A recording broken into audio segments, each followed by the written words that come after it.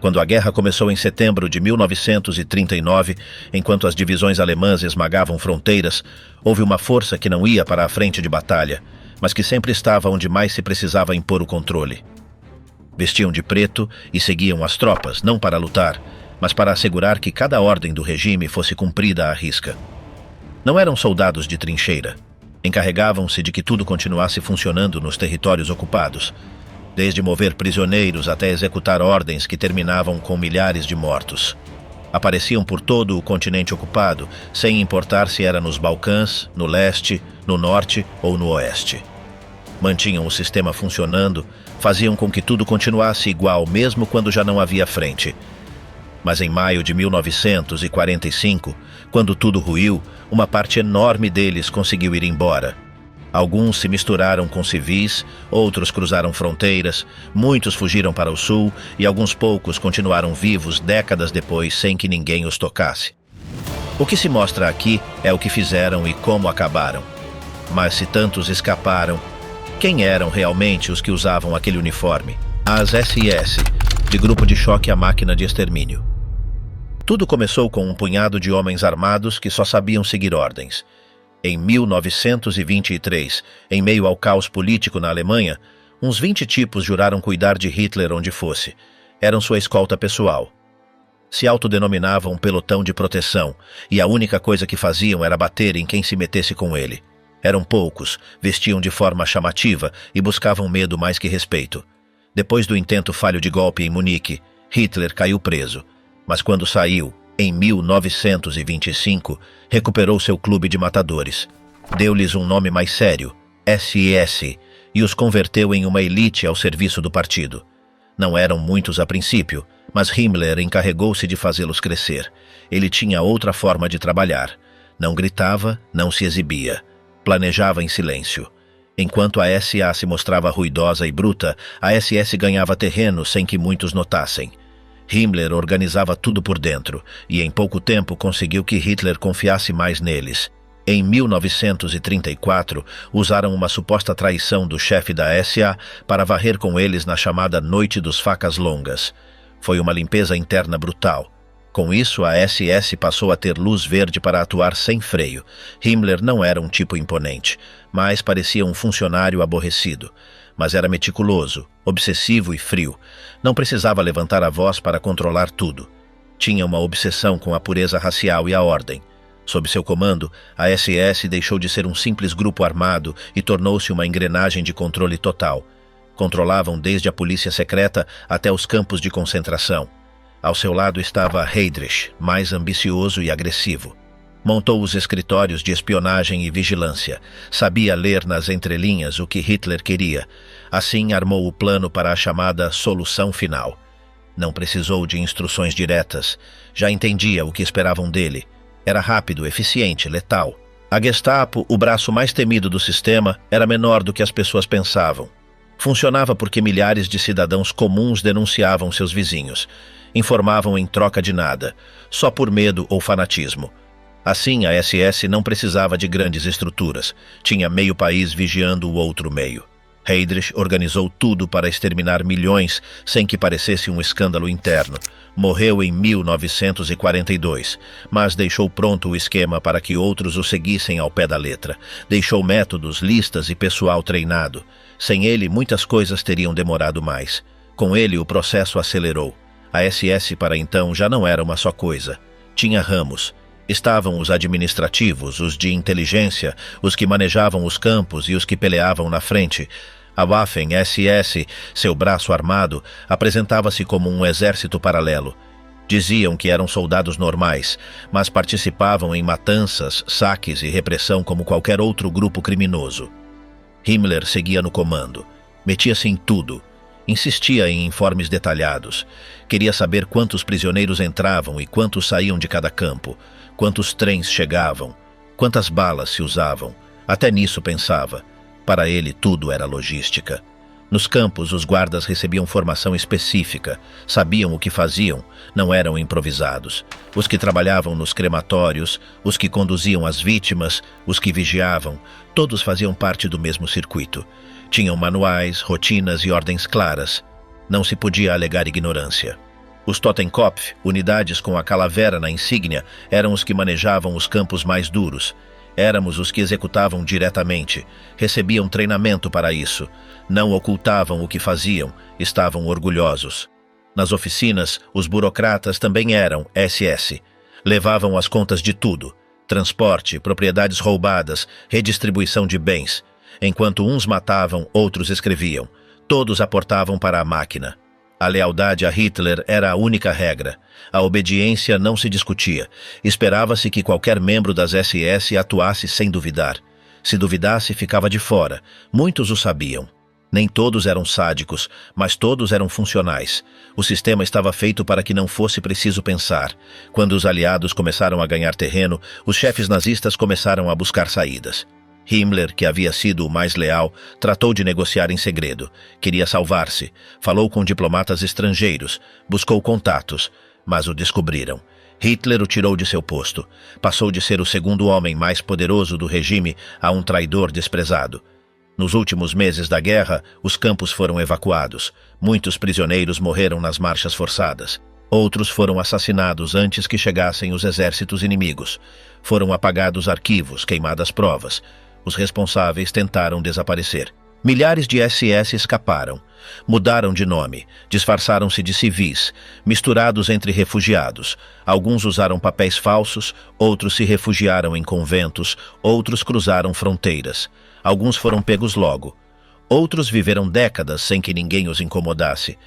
Depois da rendição, nos julgamentos de Nuremberg, a SS foi declarada organização criminosa. Não se julgou apenas os chefes. Deixou-se claro que pertencer a esse grupo era participar de um crime coletivo. Não havia inocentes dentro. Ainda assim, muitos conseguiram evitar o castigo. Mudaram de país, de identidade, de ofício. Alguns chegaram a ocupar cargos públicos em outras partes. Viveram como se nada. Tiveram família, negócios, reconhecimentos. Muitos anos depois, alguns foram descobertos. Mas não todos. E assim ficou. Uma estrutura que começou como uma guarda pessoal transformou-se em uma maquinaria de repressão, vigilância e morte. E quando tudo caiu, muitos de seus membros simplesmente desapareceram entre a multidão. Klaus Barbie, o carniceiro que continuou matando. Quando a guerra terminou, Klaus Barbie não foi preso nem julgado. Foi retirado do radar com documentos novos e movido entre zonas aliadas. Era gerenciado pelos escritórios de inteligência dos Estados Unidos, que já o tinham fichado como útil para operações contra grupos comunistas. Foi incorporado às suas redes sem levantar poeira. Desde 1947, começou a passar informações, dar nomes, marcar contatos. Enquanto a França o procurava pelo que fez em Lyon, nos Estados Unidos o cuidavam como um tesouro.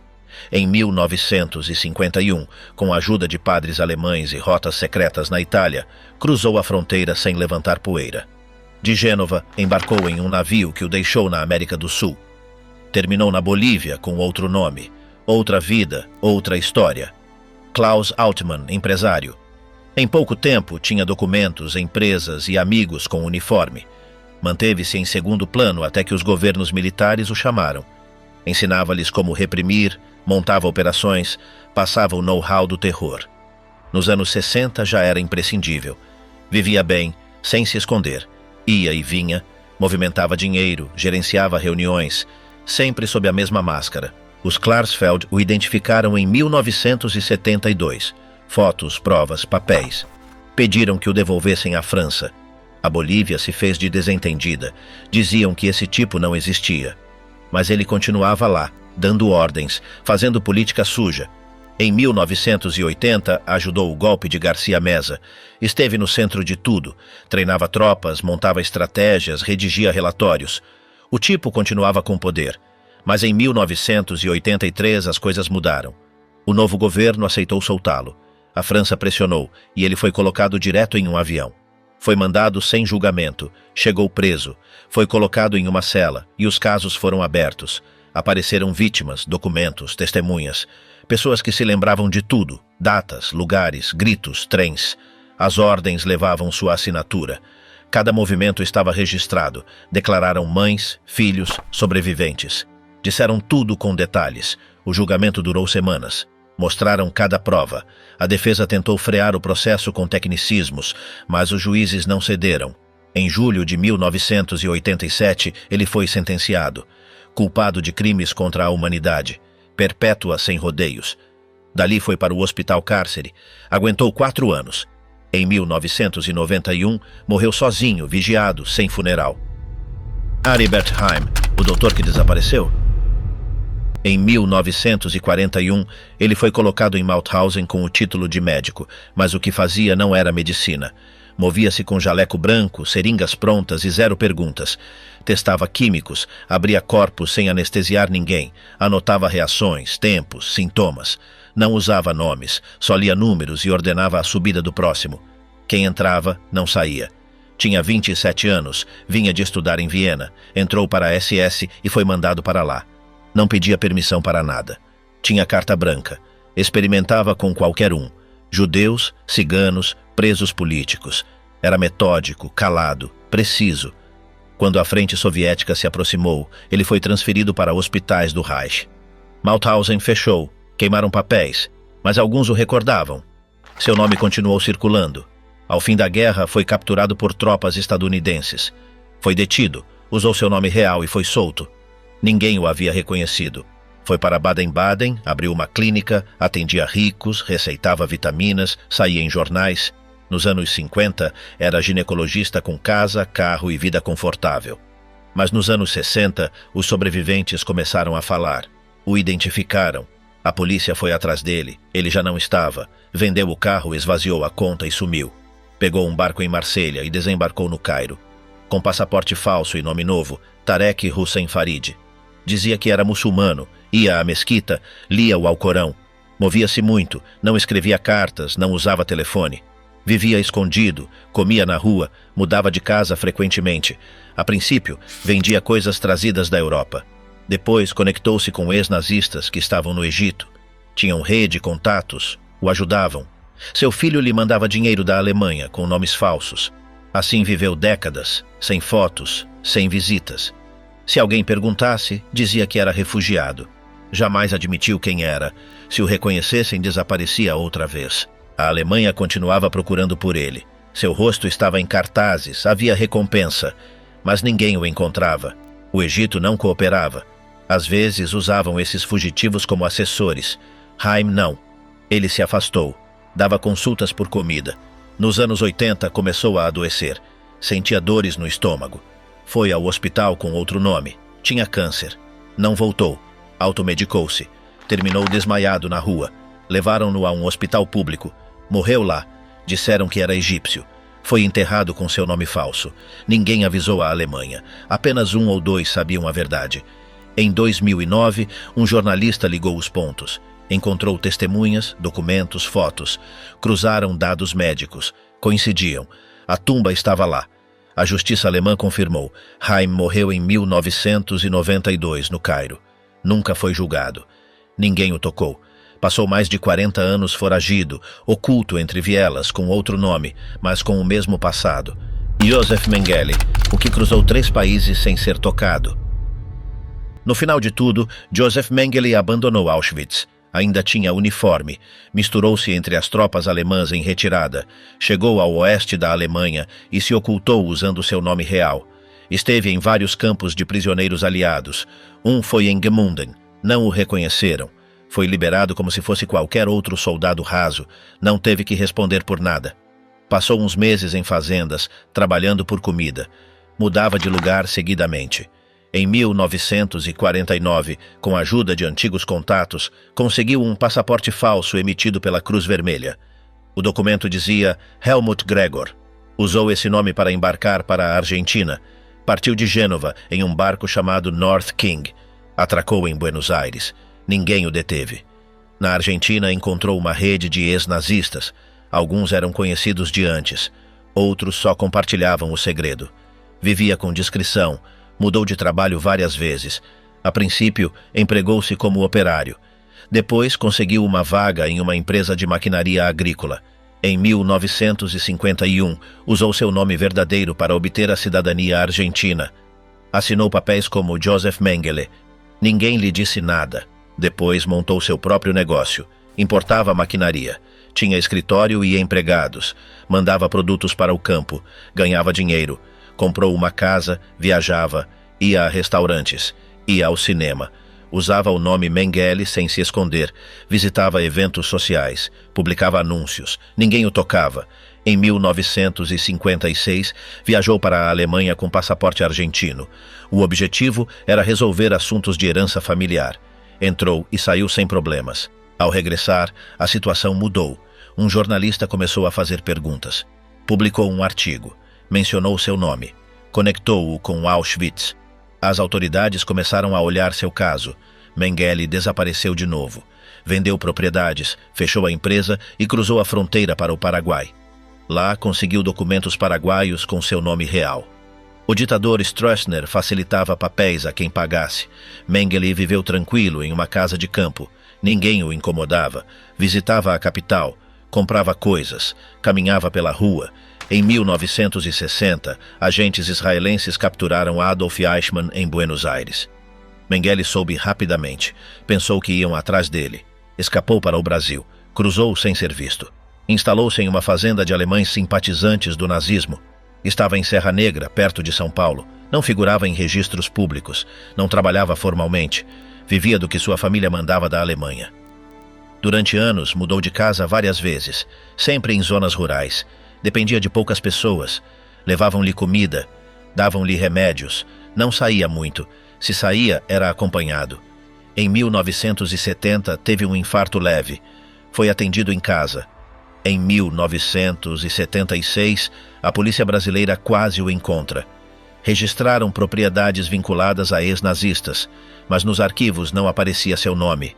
Ninguém perguntou mais. Em 1979, foi nadar na praia de Bertioga. Entrou na água, teve outro infarto, afundou. O tiraram, mas já não respirava. Não tinha documentos consigo. Foi enterrado como Wolfgang Gerhard, nome emprestado de um amigo. Anos depois, um informante anônimo avisou. Disse que o corpo era de Mengele. Em 1985, uma comissão internacional desenterrou os restos. Compararam ossos com registros médicos. Analisaram o crânio. Havia coincidências. Em 1992, provas genéticas confirmaram a identidade. Havia passado mais de 30 anos sem que o capturassem. Viveu em 3 países, com redes de apoio, sem usar disfarces nem mudar o rosto. Ninguém o entregou. Ninguém o procurou a sério. É assim que ele se movia. Com passaportes reais, nomes falsos ou verdadeiros, dinheiro enviado da Alemanha e ajuda de ex-camaradas. Ele nunca precisou se esconder no subsolo. Não precisou de túneis nem bunkers, apenas contatos. Seu sobrenome aparecia em cartas, contas, escrituras, até em saudações de Natal. Estava tudo à vista, mas ninguém se importava. Walter Rauff, o engenheiro do gás que trabalhou na Síria. Depois de 1945, Walter Rauff desapareceu sem deixar rastro. O homem que havia projetado uma das máquinas de matar mais simples e eficazes do regime, o caminhão de gás móvel, misturou-se entre os milhares de fugitivos que cruzavam fronteiras com nomes falsos e ajuda de redes ocultas. Ele havia feito parte da SS, tinha patente, contatos e sabia como desaparecer. Mal a guerra terminou, ele já estava planejando como nunca seria encontrado. Durante os primeiros anos do pós-guerra, ele se movimentou pela Europa. Usou vários pseudônimos. Não parava em um lugar por muito tempo. Ele estava fichado pelos aliados, mas havia muita confusão e caos para segui-lo imediatamente. Ele se aproveitou disso. Em 1948, conseguiu chegar à Itália. Lá, como muitos outros nazistas, ele se conectou com as rotas clandestinas que passavam por conventos, missões religiosas e contatos simpatizantes. De Gênova, ele partiu para a América do Sul. Seu destino inicial foi o Equador, mas logo ele desembarcou no Chile. Em Santiago, Rauff se fez passar por empresário. Conseguiu documentos, apresentou-se com outro nome e construiu uma vida do zero. Ele tinha o perfil certo, educado, calado, meticuloso, não chamava a atenção. Logo começou a trabalhar no comércio internacional, gerenciava contatos, negociava com europeus, fazia amizade com diplomatas. Tinha dinheiro e sabia se mover. Durante os anos 50, seu nome real quase não aparecia em lugar nenhum, exceto nos relatórios internos dos serviços secretos. Na Alemanha Ocidental, começavam a surgir pressões para julgar os criminosos nazistas que continuavam soltos. Rolf aparecia em algumas listas. Os israelenses também o tinham fichado. Sabia-se que ele era diretamente responsável pelo projeto dos caminhões onde colocavam prisioneiros e os asfixiavam com gases do motor. Milhares morreram assim. Era uma execução portátil, rápida e silenciosa. Ele havia idealizado o sistema e coordenado seu uso no leste. Mas no Chile, ninguém o tocava. O governo da época não cooperava com pedidos de extradição. Em meados dos anos 60, Rolf deu um novo salto. Foi para o Oriente Médio. A Síria o recebeu de braços abertos. O regime o queria como assessor. Ele tinha experiência em contra-inteligência, sabia de repressão e conhecia bem como operar sistemas policiais sem deixar rastro. Em Damasco, ele trabalhou de perto com as forças de segurança. Ensinava técnicas, treinava oficiais, redigia manuais. Não era uma figura pública. Operava das sombras. Só os chefes do aparato o conheciam. Seu sotaque alemão se disfarçava nos corredores onde todos falavam baixo. Durante esses anos, ele também manteve contato com outros fugitivos nazistas que haviam se estabelecido no Egito, Síria e Líbano. Eram poucos, mas se moviam bem. Alguns estavam nos negócios, outros em assuntos militares, compartilhavam informações, ajudavam suas redes, ofereciam conexões. Rolf tornou-se um elo entre vários grupos. Seus conhecimentos técnicos o tornavam valioso. Não era um ideólogo. Era um tipo que resolvia problemas com eficiência. Enquanto isso, na Europa, seu nome voltava a circular. Várias investigações apontavam seu paradeiro. A Alemanha o reclamou. Israel pediu explicações. Organismos de direitos humanos pressionavam. Mas a Síria se recusou a entregá-lo. Diziam que não existia um cidadão com esse nome. As provas eram ignoradas. Rolf, por sua vez, continuava no que fazia. Falava pouco, escrevia relatórios e se cuidava para não se expor. Nos anos 70, ele reapareceu no Chile. As circunstâncias políticas haviam mudado. O país agora estava sob ditadura e os serviços de inteligência buscavam pessoas com experiência. Rolf ofereceu a sua. Foi consultor externo, colaborou em temas de vigilância, acompanhamento e eliminação de opositores. Nunca figurou em folhas de pagamento oficiais, mas várias testemunhas o localizaram em reuniões-chave. Alguns o recordavam como um estrangeiro sério, com ideias muito claras sobre como sufocar insurgências. Israel voltou a mover peças. O Mossad considerou uma operação para capturá-lo como haviam feito com Eichmann, mas, neste caso, as condições eram mais complicadas. O governo chileno não colaborava, e Rolf vivia em um bairro onde todos o conheciam. Tinha proteção. A embaixada alemã também evitava se envolver. Apesar de tudo, jornalistas conseguiram fotografá-lo. O confrontaram. Ele negou tudo. Dizia que era outro, que não tinha nada a ver com a guerra. A pressão internacional aumentou. Houve cartas, editoriais, protestos. O escândalo crescia. Finalmente, nos anos 80, iniciou-se um processo judicial no Chile para avaliar sua extradição. O caso travou em tecnicismos. Alegavam que os crimes haviam prescrito, que a lei chilena não contemplava seu julgamento. Depois de longas audiências, o tribunal rejeitou a solicitação. Rolf ficou livre. Ele passou seus últimos anos em Santiago. Vivia em uma casa modesta, caminhava pelo bairro, comprava em lojas locais. Alguns vizinhos sabiam quem ele era, outros não. O viam como um idoso estrangeiro, solitário, sem muitos amigos. Não falava de seu passado. Morreu em 1984 por causas naturais. Não houve cerimônia pública, nenhuma declaração. Apenas o desaparecimento tranquilo de um dos cérebros técnicos do extermínio nazista. Walter Rolf havia cruzado meio mundo, trabalhado com vários regimes e evitado todas as tentativas de captura. Desde seus dias como oficial da SS até suas assessorias em ditaduras latino-americanas e governos árabes, ele conseguiu se manter operacional sem que ninguém o levasse a um tribunal. Nunca expressou remorso, nunca enfrentou acusações. Ele se foi como viveu, escondido, útil e perigoso. Franz Stangl, o que dirigia trens ao matadouro e terminou com uniforme de preso. Nascido na Áustria em 1908, ele começou como policial. Tinha formação básica e soube se adaptar. Quando os nazistas assumiram o controle, ele entrou para o partido e depois foi integrado à SS. Em 1940, foi colocado no programa de eutanásia. Supervisionava centros disfarçados de clínicas, percorria instalações, revisava planilhas, checava o pessoal. O objetivo era eliminar, não atender. Tudo passava sob seus olhos, e ele assinava para que tudo corresse bem. 2 anos mais tarde, já estava na Polônia. Em 1942, foi encarregado de Sobibor. Lá, os trens não paravam. Chegavam carregados, desciam os que vinham e ninguém voltava.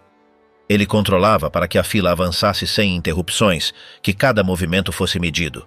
Cronometrava tudo, desde a abertura do vagão até o fechamento das câmaras. Tinha o relógio na mão e os números na cabeça. Durou pouco nesse posto. Foi promovido e enviado para Treblinka. Era outra escala. Mais gente, mais vezes, mais rápido. Diariamente chegavam milhares, e sua tarefa era garantir que a máquina não travasse. Recebia horários, cifras, ordens. Coordenava turnos, organizava o desembarque, controlava o ritmo, cada peça tinha que se encaixar. Ele vigiava para que isso acontecesse. Anotava em papéis as chegadas, os ajustes, as rotações. Sua letra figurava em relatórios diários. Não era visto com arma, mas tudo funcionava ao seu redor. As câmaras de gás estavam lá, operativas, mas o que as fazia mover era a estrutura que ele mantinha viva, era quem sustentava a engrenagem. Depois da revolta em Treblinka, ele foi transferido. O mandaram para a Itália, para trabalhar com a polícia do Reich. Em 1945, com os aliados se aproximando, ele tirou o uniforme e se escondeu na Áustria com documentos trocados. Dali foi para a Síria. Depois, com a ajuda de uma rede que tirava nazistas, terminou em Roma. Em Gênova, deram-lhe nova documentação e ele embarcou para o Brasil. Chegou dizendo que era técnico têxtil. Instalou-se em São Paulo, encontrou trabalho, alugou um apartamento, não vivia oculto. Não contava nada, mas também não se escondia. Trouxe sua mulher e suas filhas. Levava uma vida normal, mandava cartas, caminhava pelo bairro. Na comunidade alemã sabiam quem ele era, mas o deixavam tranquilo. Passaram mais de 20 anos. Ele ia à igreja, cumprimentava os vizinhos, movia-se entre a fábrica e a casa. Enquanto isso, na Europa, alguém voltou a abrir seu arquivo. Apareceram documentos, dados foram cruzados, testemunhas o identificaram. Em 1967, encontraram seu paradeiro. A Áustria pediu sua extradição. A polícia brasileira agiu em silêncio. Ele foi preso em sua casa e mandado para Düsseldorf. Foi colocado em uma cela e começaram a reunir provas. Assinaturas, relatórios, listas de comboios. Sobreviventes o reconheceram. Falavam de seu uniforme branco, de como caminhava nas plataformas, de sua presença. Ele foi localizado. No julgamento, ele disse que sim, que havia estado lá, que organizava, que as ordens vinham de cima. Mas os documentos mostravam que, sem ele, nada funcionava. Movia horários, dirigia entradas, organizava saídas. Não era preciso que tocasse em ninguém. Ele era quem mantinha tudo em andamento. Deram-lhe prisão perpétua. Mandaram-no para uma prisão especial. Ele não apelou. Ficou lá, isolado. Sua esposa lhe escrevia. Ele falava pouco. A jornalista Gita Sereni conseguiu entrevistá-lo várias vezes. Ele contava como tudo era montado. Horários, fluxos, rotinas. Descrevia-o como um trabalho qualquer, sem emoções, sem desvios, sem levantar a voz. Em 1971, o coração falhou. Levaram-no ao hospital penitenciário. Ele não aguentou. Morreu poucos dias depois. Não houve câmeras, nem missa, nem cerimônia. Foi enterrado na Áustria com seu nome de nascimento, sem lápide, sem avisos. Ninguém foi. Ficou debaixo da terra, com o uniforme de preso, sem que ninguém voltasse a falar dele. Gustav Wagner, o de Sobibor que viveu no Brasil. Gustav Wagner havia sido um dos comandantes em Sobibor, o campo de extermínio onde milhares foram liquidados sem pausa. Terminada a guerra, ele desapareceu do mapa. Em 1945, com os russos avançando, ele tirou o uniforme, misturou-se entre os que fugiam e iniciou seu próprio plano de fuga. Passou pela Áustria, depois cruzou por zonas rurais, sempre com nomes diferentes. Ele nunca parava muito tempo em um só lugar, sabia se mover. Em 1947, foi preso em uma batida. Mandaram-no para um campo de prisioneiros britânico e lá ficou sob custódia vários meses. Dizia que era um soldado comum, não soltava detalhes. Com o caos dos registros e sem evidências diretas, eles o soltaram. Ele saiu caminhando como se nada tivesse acontecido. Nos anos seguintes, ele se instalou na Áustria. Trabalhou como ajudante, conseguiu novos documentos, movimentava-se em pequenos círculos. Em 1950, já havia cruzado para a Itália. De Roma, ele se conectou com uma rede organizada para tirar nazistas do continente. Tinha a ajuda de padres, contatos dentro de escritórios de refugiados, passaportes prontos. Deram-lhe um em nome de Günther Mendel. Ele o usou para embarcar em um navio que partia de Gênova. O destino: Brasil. Chegou a São Paulo naquele mesmo ano, desceu do navio e não olhou para trás. Lá, ele começou outra vida. Primeiro, morou em casas alugadas, trabalhando em pequenas fábricas. Não falava muito, passava despercebido. Em pouco tempo, já tinha um emprego fixo, salário mensal e uma rotina estabelecida. Usava sua nova identidade sem problemas. Nunca dava sinais de que tinha um passado. Não saía em fotos, evitava grandes reuniões, mudava de bairro quando achava necessário. Quando alguém perguntava sobre seu sotaque, ele dizia que era europeu e pronto. Tinha amigos, mas só o necessário. Ninguém o conhecia de verdade. Durante décadas ele viveu tranquilo. Às vezes, viajava para outras cidades a trabalho. Sempre evitava mostrar documentos se não fosse obrigatório. Ele tinha o passaporte falso guardado com cuidado. Nos registros brasileiros, ele figurava como estrangeiro residente legal. Nada em seus documentos chamava a atenção. Alguns outros ex-nazistas o reconheciam, mas se calavam. No Brasil, havia uma rede não muito grande, mas ativa. Eles se protegiam, compartilhavam contatos, ajudavam se alguém estivesse em apuros. Wagner estava nessa rede. Não era dos que mandavam, mas o respeitavam. No final dos anos 70, começaram a publicar listas de criminosos de guerra em meios de comunicação europeus. Seu nome reapareceu. O conectavam diretamente a Sobibor. Alguns sobreviventes haviam testemunhado anos atrás. O descreviam com detalhes: seu rosto, sua voz, o que ele fazia no campo. Em 1978, um grupo de caçadores de nazistas o rastreou até São Paulo. Eles o fotografaram. Confirmaram que era ele. O denunciaram à polícia brasileira. A princípio, as autoridades hesitaram.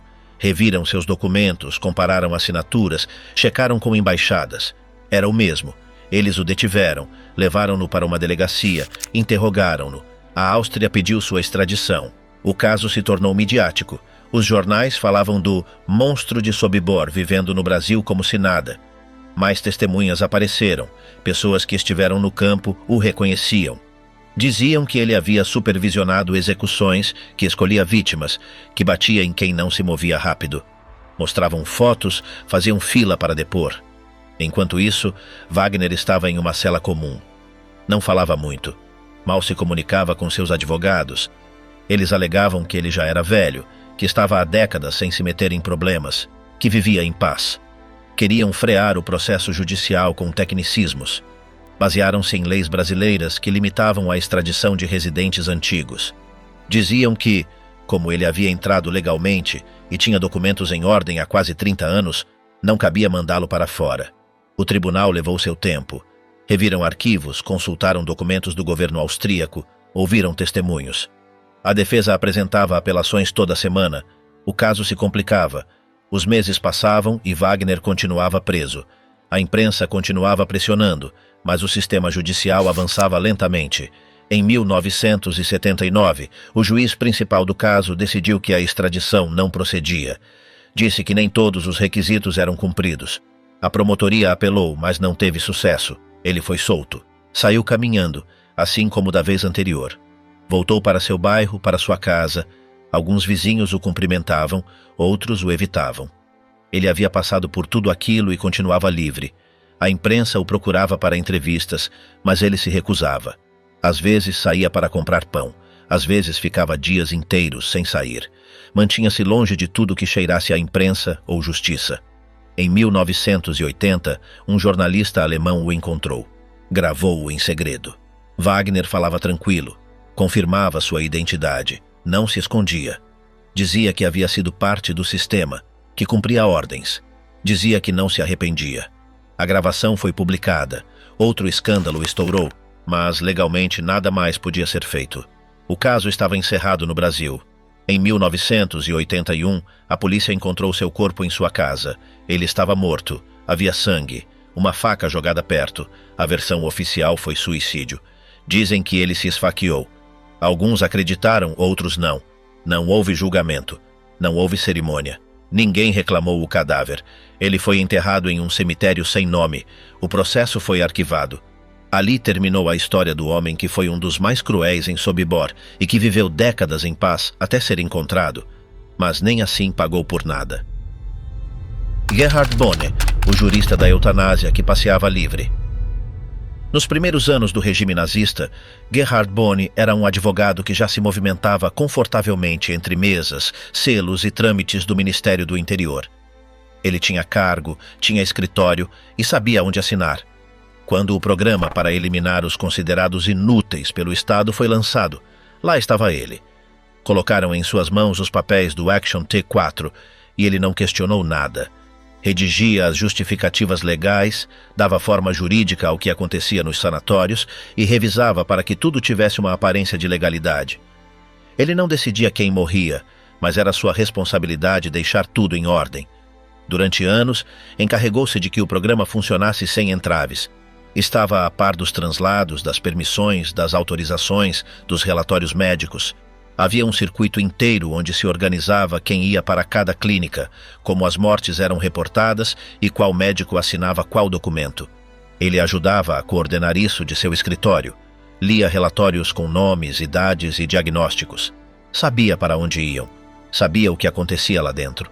Quando em 1941 as protestas da igreja começaram a incomodar, suspenderam oficialmente o programa. Mas os assassinatos continuaram sob outro nome e com menos formalidades. Ele foi transferido de cargo, mas não foi removido do sistema. Continuou trabalhando no aparato burocrático até o fim da guerra. Em 1945, com os aliados entrando na Alemanha e o Terceiro Reich em ruínas, Bonne desapareceu do mapa. Ele sabia o que havia feito. Não ficou esperando perguntas. Passou uns meses escondido, usando documentos falsos. Manteve-se fora do radar. Não apareceu nas primeiras prisões, nem foi mencionado nos julgamentos de Nuremberg. Ele se camuflou como mais um entre os milhares que escapavam do caos. Em 1949, quando a situação já estava mais tranquila, conseguiu sair do país. Chegou à Argentina com novos documentos. Lá, encontrou o mesmo que muitos outros ex-nazistas. Um lugar onde ninguém perguntava muito.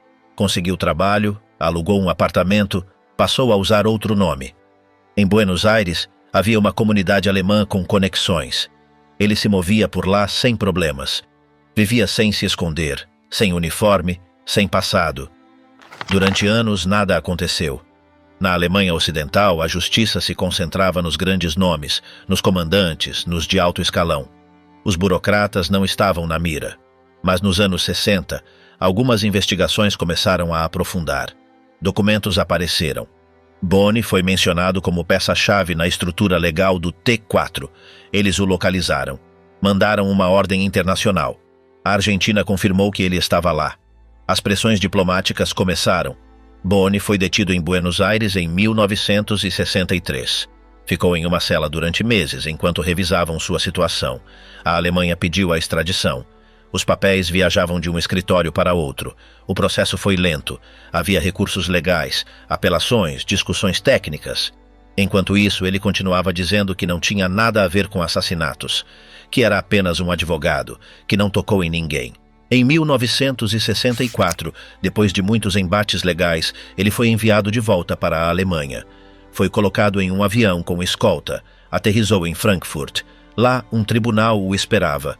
Reabriram o caso, revisaram seu histórico, observaram seu papel dentro do ministério, reuniram os papéis do programa T4, compararam assinaturas. Ele foi colocado no banco dos réus, mas o processo foi se esvaziando. A defesa apresentou objeções. Discutiam datas, níveis de responsabilidade, funções exatas. Diziam que ele não havia dado ordens de matar, que seu papel era técnico, que não se podia provar que ele soubesse o que acontecia em cada clínica, que era injusto julgar um burocrata como se fosse um carrasco. O julgamento parou várias vezes. Alguns testemunhas morreram. Outros não recordavam detalhes. A pressão política também contava. Em 1968, os juízes suspenderam o caso. Disseram que não havia provas conclusivas para condená-lo. Não o declararam inocente, mas também não culpado. Deixaram-no livre. Ele saiu caminhando do tribunal, sem escolta, sem castigo, sem pena. Instalou-se em um bairro tranquilo. Tinha casa, tinha aposentadoria, ia comprar pão como qualquer um. Morreu em sua cama, na Alemanha, sem passar um dia preso por tudo o que havia assinado. Gerhard Bonner foi um dos que deram forma ao crime a partir dos escritórios. Não portava armas, não gritava ordens, não aparecia nas fotos. Mas sem gente como ele, o sistema não teria funcionado. Revisava expedientes enquanto outros abriam válvulas de gás. E quando tudo desmoronou, viveu anos longe e depois voltou como se nada. Alois Brunner, o que treinava matadores na Síria. Quando a guerra estava desmoronando, ele já sabia para onde ir. Alois Brunner, que havia sido o braço direito de Eichmann em todo o assunto das deportações, foi desaparecendo enquanto outros ainda acreditavam que podiam defender Berlim. Ele havia trabalhado na Áustria, França, Eslováquia e Grécia, e em todos esses lugares o que fazia era o mesmo: mover listas, organizar trens e tirar pessoas de suas casas para mandá-las para campos. Desde 1943, ele já havia desenvolvido sua própria maneira de fazer as coisas, sem muita volta, tudo direto e rápido. Quando os aliados começaram a tomar o controle, ele já havia se preparado. Trocou de documentos, queimou o que precisava ser queimado e se misturou com os deslocados. Durante um tempo, ele se movimentou pela Áustria como se nada. Tinha documentos novos e uma rede de contatos que o ajudava a se manter fora do radar. A chave era não chamar a atenção, movimentar-se pouco e evitar qualquer coisa que pudesse deixar rastro. Mas com o passar dos meses, os nomes começaram a aparecer nos arquivos dos aliados e o dele não demorou a surgir. Quando viu que a situação estava ficando mais séria, ele fugiu do país. Desceu pela Itália e de lá começou a procurar como chegar a um lugar onde ninguém o procuraria. Em Roma não perdeu tempo. Sabia que havia escritórios de organizações humanitárias que, em meio a tanta confusão, podiam servir para se esconder. Lá, ele se encontrou com padres que já haviam ajudado outros a sair. Alguns eram alemães, outros simplesmente estavam envolvidos nessas redes por diferentes motivos. Conseguiram documentos para ele, providenciaram um passaporte com nome falso e lhe deram os dados de contato para continuar a viagem. O destino era o Oriente Médio. A saída, o porto de Gênova. Ele embarcou em um navio que ia para a Síria. O país não tinha nenhum interesse em colaborar com o Ocidente para procurar nazistas e, além disso, estava abrindo suas portas para estrangeiros que pudessem contribuir em termos de controle, organização ou treinamento. Brunner caiu exatamente. Quando desceu no porto, não teve que se esconder muito. Mudou de nome, disse que era austríaco e começou a se mover como técnico administrativo. Com isso, ele se instalou em Damasco. Em pouco tempo já tinha trabalho fixo, começou a colaborar com os serviços secretos do regime. O que ele fazia era basicamente ensinar-lhes como manter a ordem, como interrogar, como gerenciar informações, como desativar grupos de resistência. Tudo o que havia aprendido nos anos do Reich, ele estava reciclando agora em outra ditadura. Não se escondia demais. Vivia em um edifício comum, tinha vizinhos, saía para comprar, caminhava pela rua. Alguns o reconheciam, mas o governo o cobria. Os franceses tentaram pedir sua extradição, mas a Síria se fazia de desentendida. Para eles, Brunner não era um criminoso, era um estrangeiro útil. Os jornalistas que tentavam abordar o tema esbarravam em respostas vagas, relatórios que não se confirmavam e silêncios oficiais. Alguns caçadores de nazistas asseguravam que ele estava vivo, que o haviam visto, que inclusive haviam falado com ele. Mas as autoridades sírias diziam que não sabiam nada. Mesmo quando ele recebeu cartas-bomba enviadas por serviços israelenses, uma delas lhe explodiu alguns dedos e parte da visão, ele continuou no mesmo lugar. Não foi embora, não mudou de país, ficou quieto. Durante as décadas de 70 e 80, sua presença em Damasco era um segredo aberto. Diplomatas, agentes de inteligência e jornalistas sabiam onde ele vivia, mas ninguém fazia nada. As embaixadas ocidentais recebiam relatórios sobre seus movimentos, mas não passavam disso. As famílias das vítimas pressionavam, mas não conseguiam nada. As declarações se acumulavam nos arquivos e os pedidos judiciais se extraviavam. Já nos anos 90, com mais pressão internacional, voltaram a tentar localizá-lo. Mas cada vez que alguém chegava com uma pista, encontrava portas fechadas. Os sírios continuavam sem confirmar nem negar nada. Alguns diziam que ele estava internado, outros que havia sido transferido, outros que já estava morto. A última foto sua confirmada era dos anos 80. Depois, nada. O Mossad continuava atrás dele, mas sem apoio local, não podiam fazer muito mais. Vários meios de comunicação europeus tentaram montar relatórios especiais, mas esbarravam em muros por todos os lados. Dizia-se que ele vivia em um edifício de segurança estatal, com acesso restrito, vigiado 24 horas por dia. Também se falava de mudanças de identidade, de translados noturnos, de operações para mantê-lo vivo e longe de qualquer tribunal. Em 2001, começaram a circular rumores de que ele havia morrido. Uns diziam que foi por doença, outros que o eliminaram para evitar que falasse. O governo sírio nunca disse nada oficial, nem confirmaram nem desmentiram. Os jornalistas que conseguiam chegar a Damasco eram seguidos, interrogados e depois expulsos. Não havia fotos novas, nem testemunhas, nem documentos médicos. Apenas versões. Em 2010, um relatório de um desertor sírio assegurava que Brunner havia morrido anos antes e que estava enterrado em um cemitério de Damasco sob outro nome. Mas também não havia provas. Até hoje não há uma data de morte clara, nem certidão oficial, nem túmulo com seu nome. O que se sabe é que ele viveu lá durante mais de 4 décadas, sem ter enfrentado um único julgamento, sem ter passado um dia na prisão. Morreu livre, protegido por um regime que o usou enquanto lhe serviu e que depois o silenciou para sempre. Quando o regime ruiu e as tropas aliadas tomaram cidade por cidade, milhares com o uniforme da SS ficaram à solta. Alguns jogaram as roupas, rasparam a cabeça e se misturaram entre civis. Outros já tinham rotas marcadas, documentos prontos, contatos seguros. Cruzaram fronteiras, mudaram de nome, fizeram-se passar pelo que fosse necessário. Vários conseguiram se infiltrar entre refugiados ou soldados feridos. Alguns ficaram na Alemanha ou na Áustria, se estabeleceram em pequenas cidades, construíram uma vida sem sair do mapa.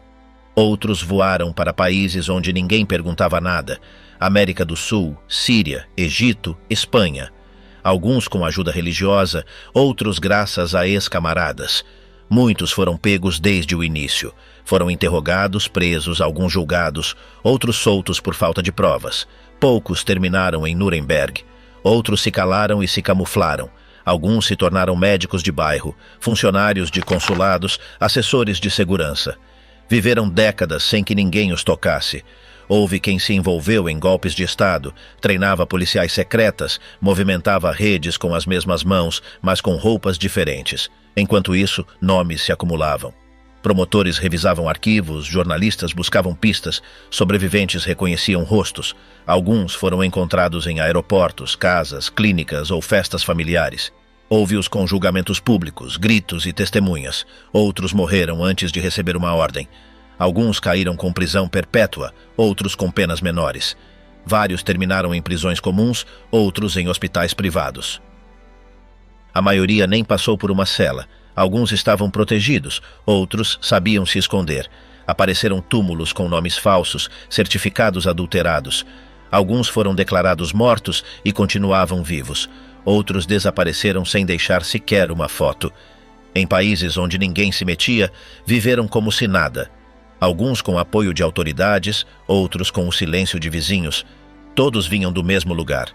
Começaram como escoltas, tornaram-se braço armado e terminaram dentro de um sistema de extermínio que funcionava como uma linha de montagem. Cada um cumpria um papel, mas todos respondiam ao mesmo comando. Muitos diziam que apenas obedeciam. Havia fanáticos, oportunistas, técnicos, sádicos. Estavam lá e seguiram, com outro nome, outra roupa, outros documentos. Alguns apareceram na televisão, outros nunca em uma foto. Passaram mais de 80 anos desde que tudo desmoronou. Ainda há expedientes abertos, túmulos não identificados, documentos soltos. Continuam sendo encontrados nomes e restos mortais. Mas para cada um que aparece, há outro que nunca o fez. Alguns estão enterrados com o nome errado. Outros deixaram filhos sem que ninguém soubesse quem eram. Os que foram julgados foram poucos. Os que viveram tranquilos foram muitos. E os que ficaram perdidos são incontáveis. Quantos mais desapareceram sem deixar nada? Quantos viveram bem, sem julgamento, sem condenação, sem que ninguém lhes dissesse uma única palavra?